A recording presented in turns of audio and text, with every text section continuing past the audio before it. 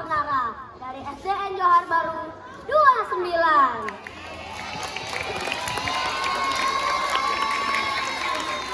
Dahulu Jakarta masih bernama Sunda Kelapa. Kota ini menjadi tempat pertama kali datangnya Belanda, sehingga membuat Jakarta memiliki banyak cerita bersejarah yang berkaitan tentang perjuangan melawan penjajahan. Salah satu cerita yang paling terkenal dan melegenda dari Jakarta adalah Si Pitung. Si Pitung adalah salah satu pahlawan yang berani menentang penjajahan Belanda. Bagaimana kisahnya? Yuk teman-teman, ayo mau cerita. Si Pitung lahir di Rawagolong.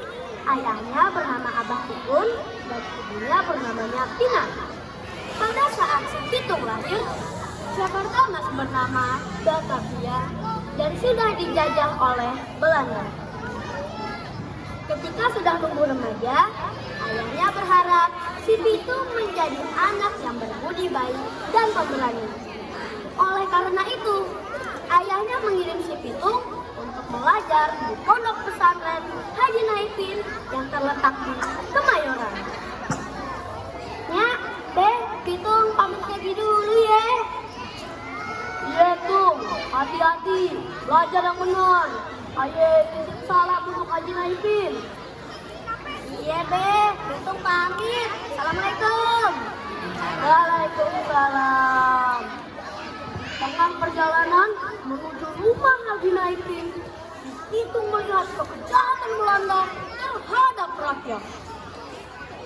Segera kamu bayar, kalau tidak rumah ini aku ambil. Apa Tuhan, saya sudah tidak punya uang. Si Pitung yang melihatnya merasa sangat geram. Oh, dasar kompeni. Beraninya sama rakyat kecil. Dan aja kalau ayu udah besar. Setelah bertahun-tahun belajar di pondok pesantren Haji Naipin, Pitung pun pulang ke kampung halaman. Abadi, terima kasih ya selama ini sudah bersedia mendidik Ayu di pesantren ini. Sekarang Pitung pamit pulang ke kampung halaman. Itu sudah menjadi kewajiban ayah untuk memberi ilmu kepada siapa saja yang mau belajar. Sekarang pulanglah kamu ke kampung halaman. Amalkan ilmu yang sudah kamu dapat di sini demi kepentingan masyarakat di sekitar.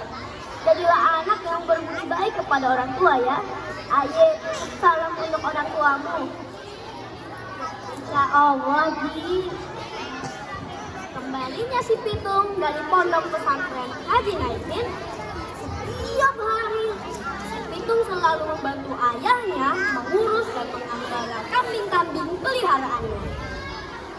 Suatu hari, ayahnya menyuruh si Pitung untuk menjual 2 ekor kambing di pasar Tanah Abang. Pitung, badan babe lagi kurang enak nih. Lu jual 2 ekor kambing di pasar Tanah Abang sana ya. Tapi ingat, lu jualnya jangan terlalu murah ya. Tenang aja sih beres. Setelah berhasil menjual 2 ekor kambing di pasar Tanah Abang, Pitung lalu memasukkan uang hasil penjualan kambingnya ke celana dan segera pulang. Alhamdulillah, dapat banyak. Dapat tiga lagi aku nih. Namun dalam perjalanan pulang, si Pitung dicegat oleh 3 orang preman. Tanpa disadari si Pitung, uang hasil penjualan kambingnya telah diambil oleh salah satu preman tersebut. Si Pitung yang merasa uangnya tidak ada, langsung kembali ke pasar. Kembalinya ke pasar, si Pitung melihat 3 pemuda preman masih berada di tempat semua. Oi kalian, lebih baik kalian cepat kembalikan duit gue. Namun 3 orang preman masih belum mau mengaku. Akhirnya, tidak pakai lama, si Pitung langsung menyerang mereka. Hanya dengan beberapa jurus, jika anggota preman sudah terkapar dan sudah tidak bisa bertarung lagi. Hei, belum pade, jangan macam-macam sama anak kau belum. Sini, kembali di gue. Si Pitung pun pulang sambil membawa uang hasil penjualan kambingnya. Esokan harinya, ketika sedang mengembala kambing, si Pitung dihampiri oleh 3 komplotan preman yang mencopetnya kemarin. Ternyata mereka mengajak si Pitung kerjasama. Jadi gini bang, kita ini mau ngajakin Bang Pitung kerjasama. Kerjasama bagaimana tuh? Iya Bang Pitung, Bang Pitung gabung aja sama kita. Terus kita nyopet aja di pasar-pasar. Astagfirullahaladzim, keterlaluan sama kalian ini ya. Kalian itu masih muda, badan masih kuat, malah jadi copet. Yang kalian copet pun juga rakyat miskin yang setiap hari sudah menderita dijajah Belanda. Harusnya kalian membantu rakyat miskin, bukan malah nyopet duit mereka. Dua komplotan preman saling berpandangan. Bang, hidup kami pun miskin. Setiap hari untuk makan susah. Kami mencopet kalau kemiskinan. Kalau nggak miskin, kami nggak bakal nyopet. Jadi gimana cara kita membantu rakyat miskin?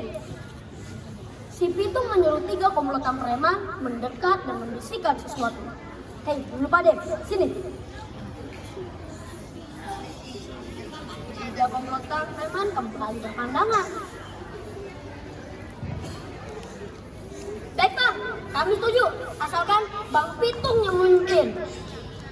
Sebenarnya, apa yang dibisikkan si Pitung kepada 3 komplotan preman tersebut?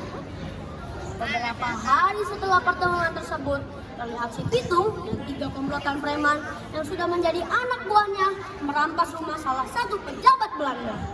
Mereka mengambil harta benda pejabat Belanda itu. Namun, si Pitung dan teman-temannya tidak menikmati hasil rampokan itu. Mereka justru membagikannya kepada rakyat miskin. Selama berbulan-bulan, si Pitung dan teman-temannya terus merampok rumah pejabat Belanda maupun rumah orang-orang pribumi yang sudah menjadi antek Belanda. Kekejaman tidak bisa dibiarkan. Berani-beraninya mereka merampok rumah saya. Cari si Pitung dan teman-temannya. Cepat! Si Pitung dan teman-temannya akhirnya terlacak oleh tentara Belanda. 3 komplotan preman tewas oleh tembakan tentara Belanda. Si Pitung sebenarnya juga ditembak oleh tentara Belanda. Namun ternyata si Pitung memiliki ilmu kebal. Tidak ada satupun peluru yang berhasil menembus tubuh si Pitung.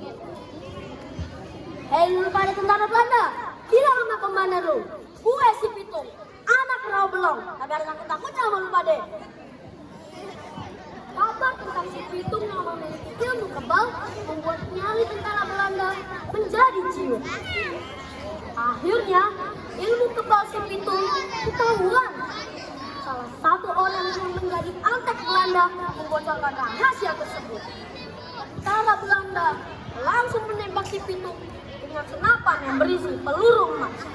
Ciu, ciu.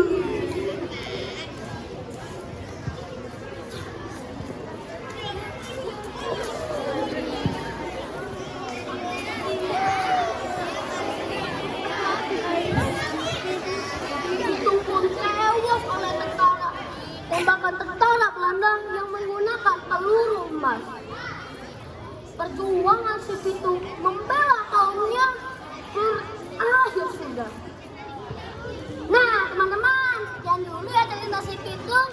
Semoga jiwa pahlawan dan jiwa kesatrianya dapat menjadi teladan bagi kita semua.